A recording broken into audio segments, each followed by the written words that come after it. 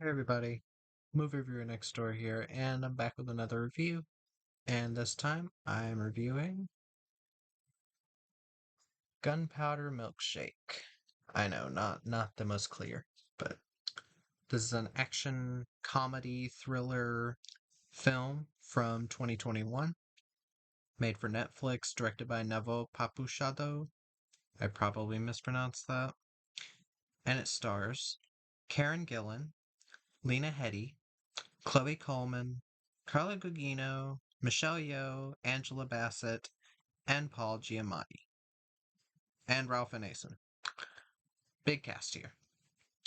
In this film, in her turbulent life as a professional assassin, Sam has no choice but to go rogue to save the life of an innocent 8-year-old girl in the middle of the gang war she has unleashed. So, what do I think of Gunpowder Milkshake? Well, this is another film like Kate I reviewed before that I have seen before. I think I only saw it once before. I'm pretty sure. And I remember liking it. I still like it. I do have issues with it that keep me from loving it like I want to, but I'll get to those.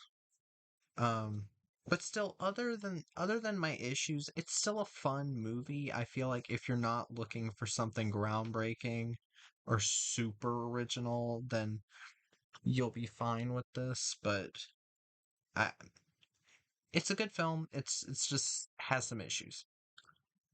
Let me get to the cast. Karen Gillan as Sam. She's the main character. She's this assassin. She's one of my biggest issues with the film. I like Karen Gillan as an actress. There have been films I've liked her in. I liked her in Oculus, even though I'm not big on that film itself. Um, what was the other film I saw her in? Well, I mostly know her from TV because she played. Was it Diana, or she was one of the girls in Doctor Who around the time either David Tennant or Matt Smith was Doctor Who. I didn't watch much of Doctor Who, but I remembered her being on it and I liked her. A lot of people, when they refer to this actress, they say Doctor Who girl. I don't agree with just saying just what one of the things they've been in and marking them with that. But I like her as an actress. This is not the right role for her because every time she tries to be badass in this film, it comes off really forced and really ham-fisted. Her acting does not work for this type of film. She works so much more as like a free spirit, kind of like spunky girl, that kind of type, and a sister type of character. I think she could headline a movie because she does technically in Oculus. She is technically the main star, and she did a really good job in that film, despite me not really caring for the movie itself. Like, I think the film's okay. I just don't understand people's undying love for that director because he did Haunting of Hill House. But um, she's not amazing in this film. That is a big issue I have with it. Oh, it's raining. Lena Headey plays Scarlett, who is Sam's mother. She did a decent job. I will say, I know this is like 2 years ago this movie came out, but Lena Headey looks a bit weird. Now, I'm not saying she's like ugly or anything. She's not. She has always been that kind of more butch looking type of woman, like kind of harder looking. But her face looks a bit puffy or something. I wonder if she got like some plastic surgery. Same with Angela Bassett, but I'll get to her. Chloe Coleman plays Emily, the little girl that Sam ends up trying to save. She did a good job. Apparently, this is the same girl that was in My Spy and 65, that movie from directed by the writers of Quiet Place. Um, I'd be open to watching My Spy. It could be fun. Um, but yeah, she does a good job here. She's not an annoying little kid. She's actually pretty useful throughout the film, and I did grow to like her. Carla Gugino plays Madeline. She's kind of a librarian for this library that these assassins have with like these books that'll have like, oh, some of them have money in it from other countries, or some of them will have a gold bar, or some will have guns. It's a very interesting setup, and I'll talk more about that. But I like Carla Gugino in this. She's got that kind of wide-eyed, like kind of I don't know what it is, like innocence to her, and then you see what's like hiding inside, and it's fun. It's a fun character. Michelle Yeoh plays Florence. She's another worker at this library. She uses a chain to fight, and her fight scene is really good, actually. Very nice and brutal. Uh, it was also nice to see Michelle Yeoh showing off her moves at such a late age. She is a quite aged woman, and the fact that she can still like hold her own in something like this is really nice. Angela Bassett plays Anna May, another person in this library.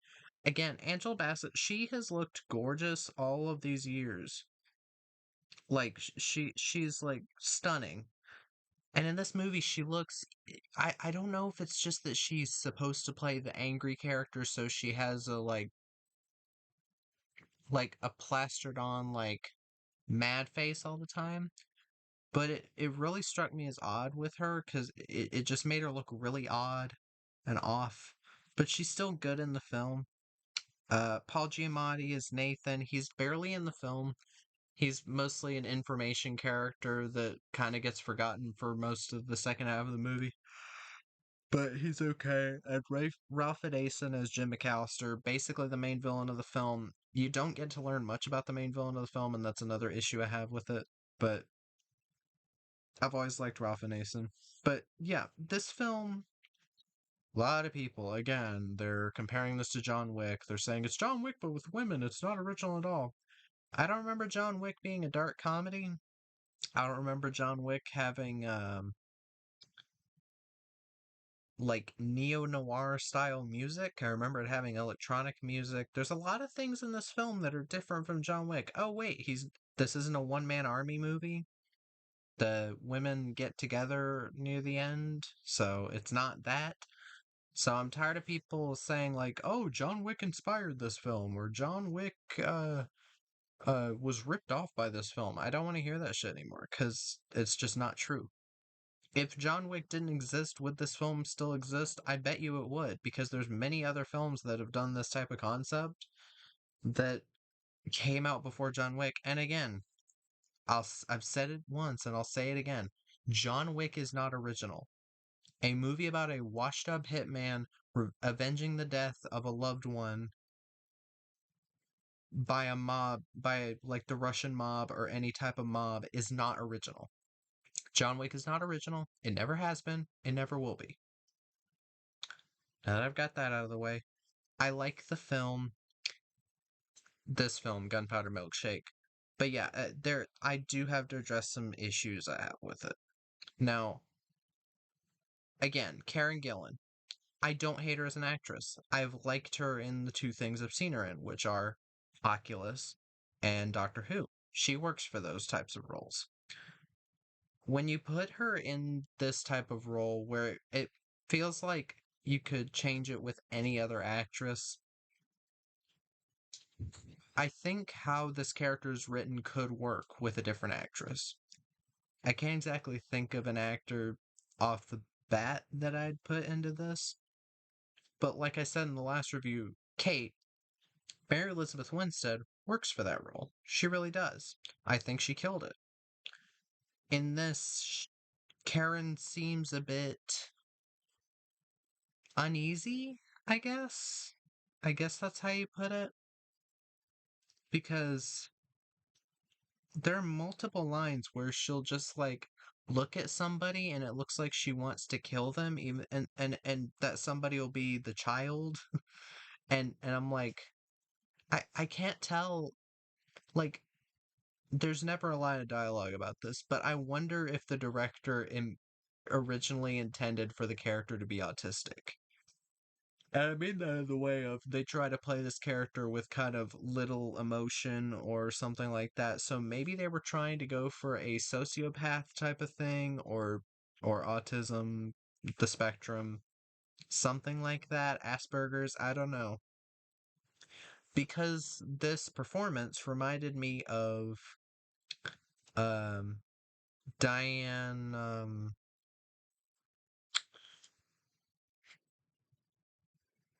shit, what's her name? Sorry. Um Diane Kruger. It reminded me of Diane Kruger in the show The Bridge, where she plays that role and you know that she has Asperger's. So it makes sense. Like how she talks to other people, how she responds to people makes sense because you know that she has Asperger's syndrome. Here, it feels like they wrote the character to be something like that: Asperger's, autism, just randomly on the spectrum, sociopathic. But they don't really go into much depth on this character. And that's another thing I could get on this film about. A lot of the characters don't have much of backstories, or the most the main character's backstory has to it is she likes to drink milkshakes because she gets to drink them with her mom, and her mom is constantly not in her life and literally like stays out of her life for 15 years until the events of this film. So the characters are definitely underdeveloped. Now, you could say the same thing for Kate. But there are montages throughout the film that show like stuff that happened because Kate wasn't trying to be like an original thing really either. It's kind of a mix of like DOA and it's like DOA but put into an action movie. Like DOA as in like the 40s movie that became an 80s movie, the where the guy's poisoned, he has to find out who his killer is before he dies and whatever. It was kind of like that, which is an interesting thing to do for an action thriller. But here, it mostly feels like they just didn't write much of backstories for anybody. You don't get much of backstories for any of the characters in the library setting. You don't really get much of a character backstory for Lena Headey's character, Scarlett. And it kind of drags the film down in places because you're supposed to care so much about these relationships between these people because they're like, oh, you've been gone for so long and all this. But you don't really feel it because you don't know these characters. If I knew these characters, I'd feel a bit more of something when one of them dies later on. And I mean, I'm not exactly spoiling that. It's set up, but like one of the characters dies later on, and I'm supposed to feel something for it, and I really didn't because I barely knew the character. Like I like the actor playing that character, but they don't get enough screen time. It's not even just screen time. They get enough screen time to build them up. It's just they don't do the right stuff with the screen time. It's more used for jokes because this film is kind of a black comedy type of thing. But yeah, it was a bit disappointing on that end. Um, and I guess that ties into my comment on the writing. Um, this film does not need to be nearly 2 hours long. If you're not gonna build up all the characters, make it like an hour and 40 minutes or something like that. This film is an hour and 54 minutes. And I don't harp on the lengths of films that often because usually a film knows how to pace itself. This film's well paced, I guess, but it you could have cut out some of the stuff that happens in this film. There's like bits where it's just there to be a comedy bit, and it's not that I hate the comedy. It's just that I think the pacing for this type of movie does not need to be 2 hours like a ton of these Netflix action thrillers are 2 hours long for some reason. Like Carter, which I am gonna watch sometime soon because I've just been really interested in it. That film is 2 hours and 14 minutes. And I'm like, why does every Netflix action thriller have to be like 2 hours plus or almost 2 hours? Like what happened to movies being an hour and a half? Like the first John Wick is an hour and 40 minutes. that's perfectly paced. And then John Wick 2 was 2 hours and first half barely anything happened.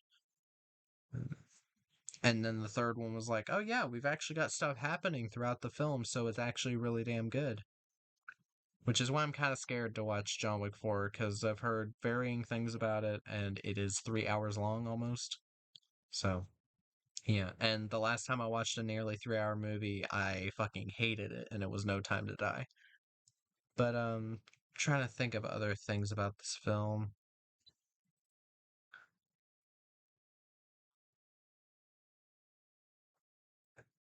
Well, another thing I would say that this film doesn't exactly capitalize on like it should. It capitalizes on a little, but the library, the whole setting of, oh, these books, like some of them have money in them, some of them have gold in them, and some of them have like guns in them. I feel like the film should have done a bit more with that, especially during this later big shootout and big long action scene that happens in the library. I do wish they did more with it because it is an interesting idea, like the certain titles of the books relating to what item is in them. Like the one with money in it is like something about how to earn friends and stuff, and I thought that was a good joke. It's a good joke, and there's good jokes in this film. But again, I thought they should have done more with that. It just kind of felt like yeah, it just felt like they should have done more with it. I don't know. But otherwise, the action is very well done. It's very bloody. I'll give it that for sure. Um, it does not hold back on violence. There are a lot of very violent moments. There's a really cool kill where Karen Gillen like kicks a giant like tooth container that at the hospital that I guess it's an assassin hospital. They don't exactly say it, but it's insinuated because the front desk woman doesn't flinch when she pulls the gun on her. And she says, "Put the gun in the tooth box," and she like pushes the tooth box on to this one guy's head, and it just fucking flattens. There's some really good fun to be had in this film. If you're okay with underdeveloped characters and some things just not being amazing, like Karen Gillan's performance, there are a lot of people praising Karen Gillan's performance. If they saw something in it that I didn't, that's cool. I'm happy for you. I'm happy that people think what they want about this film, but I don't know. Just some things didn't work exactly for me. Uh, if I have to pick a highlight from the movie, like the best action scene, I guess the library scene was pretty cool. It was nice to see a bit of a shake up instead of just all shooting because a lot of the film does focus around shooting. And I love action films that focus around shooting. I loved John Wick 3 and that had a ton of shooting. Um and I do like that they try to like change it up by having the scene in the bowling alley where she fights the guys off. And in the library scene where Michelle Yeoh's using the chain and Angela Bassett's got the hammers, that was fun. That was a fun way of shaking it up. And then Carlo Gugino has the fucking like Gatling gun. That was a really fun scene, and I do think the action is one of the best parts of this film. And the score, the musical score from Frank Ilfman was very nice, and I did recognize some of the like musical cues. The din din din din din. It's going for this kind of like old school, like neo noir, like kind of comic booky vibe, and I really did like it a lot.